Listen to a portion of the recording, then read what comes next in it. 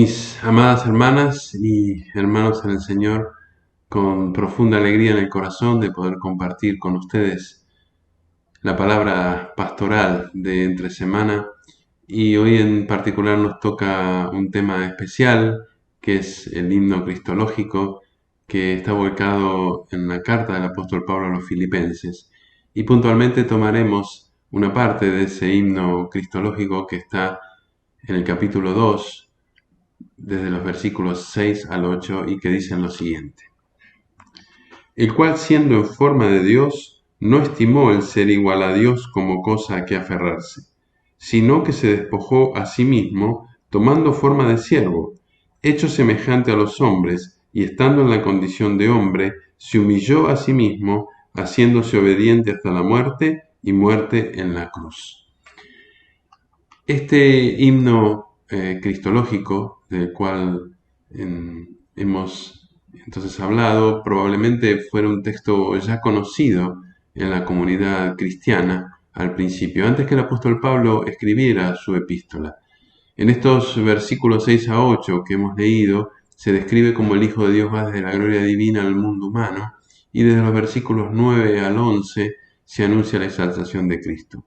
Yo les invito luego, si tienen el tiempo y el deseo en casa, a que puedan leerlo completo, quizás también tomando desde el versículo 5 al 11 para poder disfrutarlo. Pero hoy nos detendremos en la parte de cuando Cristo deja la condición divina y entonces se encarna como el Hijo de Dios en la condición humana.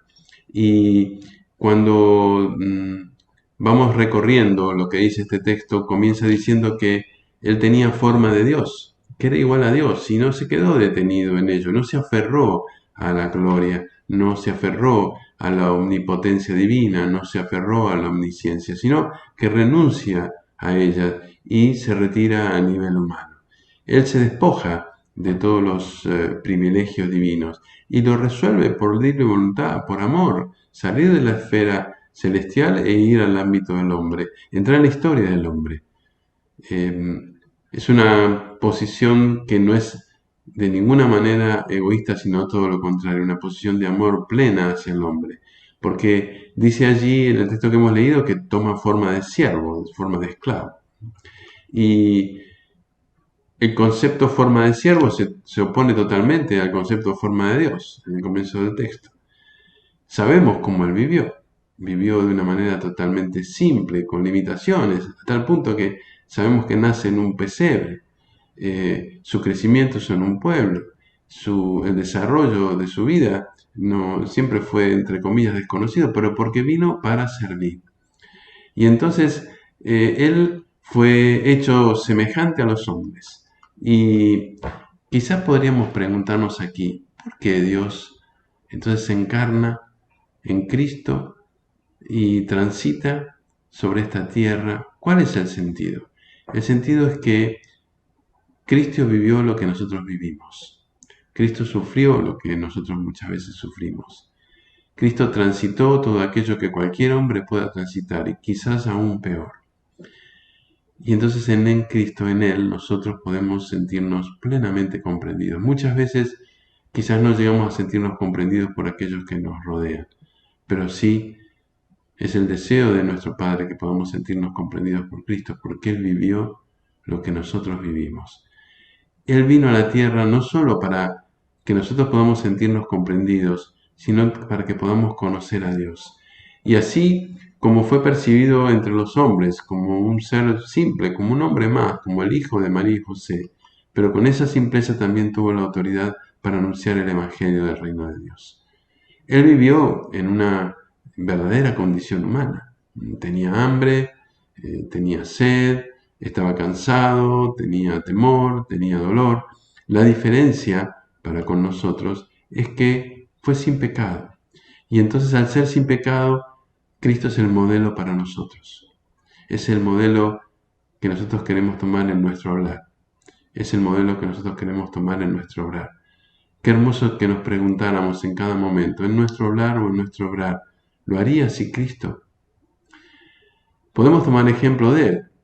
¿Cómo tomaba sus decisiones? Él siempre se orientó en sus decisiones a la voluntad de Dios. Siempre buscó cumplir la voluntad de Dios. Qué hermoso si nosotros podemos buscar siempre cumplir la voluntad de Dios. Él siempre ayudaba a las personas que sufrían, a las que pasaban penurias. Un simple ejemplo es cuando resucita al hijo de la viuda de Naín, la compasión que siente por esta mujer, cómo busca ayudarla. Y entonces, quizás en ello o en este simple ejemplo, nosotros podemos pensar en nuestra vida, cuántos nos rodean que necesitan ayuda, que están sufriendo, que pasan penurias. ¿Cuánto podemos hacer de rodillas, orando por aquellos que están sufriendo y que pasan penuria? Pidiéndole a Dios abra los caminos, nos permita, con las limitaciones que tenemos, poder hacer una ayuda. Cuando quizás algunos dicen que ya no hay nada que hacer, nosotros tenemos mucho por hacer, mis amados, mucho, mucho por hacer de rodillas. La oración es una herramienta muy potente para los hijos de Dios y no queremos dejarla de lado. Cristo también tenía la misión de enseñar, de anunciar el Evangelio. Y muchas veces eh, tuvo que tolerar el desprecio, tuvo que tolerar las burlas. ¿Cuántas veces nosotros, queriendo cumplir nuestra misión de llevar el Evangelio, nos toca también vivir el desprecio o las burlas? Sigamos adelante, no nos detengamos en ello. Tomemos a Cristo como nuestro ejemplo, el ejemplo de nuestra vida, nuestro modelo. Y la parte que sigue del texto dice que Él estaba en la condición de hombre y se humilló a sí mismo. Seguramente muchos de nosotros hemos vivido la condición que otro nos humilló a nosotros. Sabemos lo que eso genera, ¿no? Pero cuando hablamos de humillarnos a nosotros mismos, esto significa que Cristo doblegó su orgullo, su arrogancia en su condición humana desde adentro. Nosotros queremos tomar también ejemplo de él. Queremos doblegar nuestro orgullo, nuestra arrogancia. ¿Para qué? Para vencer todo aquello que nos aleja de Cristo como modelo, todo aquello que debe ser, entre comillas, crucificado en nosotros, todos aquellos sentimientos, todo aquello que debemos cambiar. Debemos vencernos a nosotros mismos y entonces queremos tomar ejemplo de Él, humillarnos a nosotros mismos para vencernos a nosotros mismos. Y Él quedó como hombre hasta el final para hacer la voluntad de Dios y llegar a la consumación.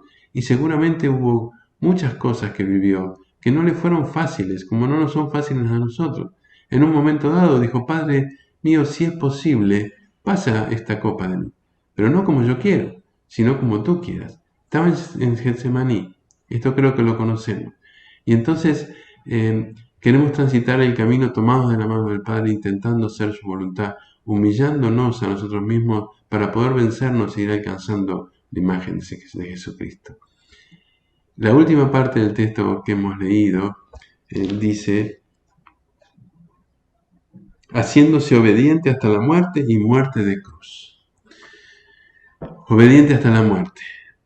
Para nosotros la muerte es un evento muchas veces no esperado, no deseado. Ninguno de nosotros desea la muerte, hermanos. Dios creó al hombre para la vida, no para morir. Y la muerte llegó por causa del pecado del hombre. Pero gracias a Cristo, que Él aceptó todo, se abrieron los caminos para que los hombres pudieran tener la posibilidad de volver a Dios. Yo soy el camino, dijo Él, la verdad y la vida. En Él queremos seguir. Y no lo hizo por obligación. Porque en un momento dado, en el Evangelio de Juan, dice, yo pongo mi vida por las ovejas. Y nadie me la quita la vida, sino que yo mismo pongo mi vida.